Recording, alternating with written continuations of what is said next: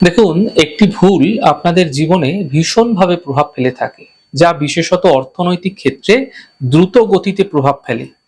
দেখুন, আপনারা কম বেশি সকলেই জানেন, গণেশজি একাধারে যেরকম বিঘ্নকর্তা, তিনি কিন্তু বিঘ্নহর্তাও বটে।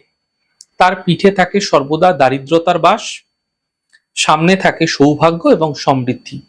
সেই কারণে আপনারা আপনার গৃহে যেখানে গণেশজিকে প্রতিষ্ঠা করেছেন, তার পেছনে তার পেছন দিকটিতে, পিঠের দিকে, অর্থাৎ তার পিঠের যে পেছন দিকে কোনো যেন ঘর আপনাদের না থাকে।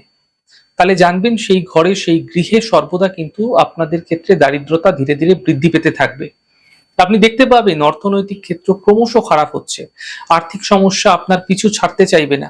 সুতরাং ভগবান গণেশজিকে সেখান থেকে সরিয়ে আপনারা আপনার গৃহের ঈশান কোণ, অর্থাৎ উত্তর পূর্ব কোণের পূর্ব দিকে পিঠ দিয়ে পশ্চিম দিকে মুখ করে শুভ তিথি দেখে প্রতিষ্ঠা করুন।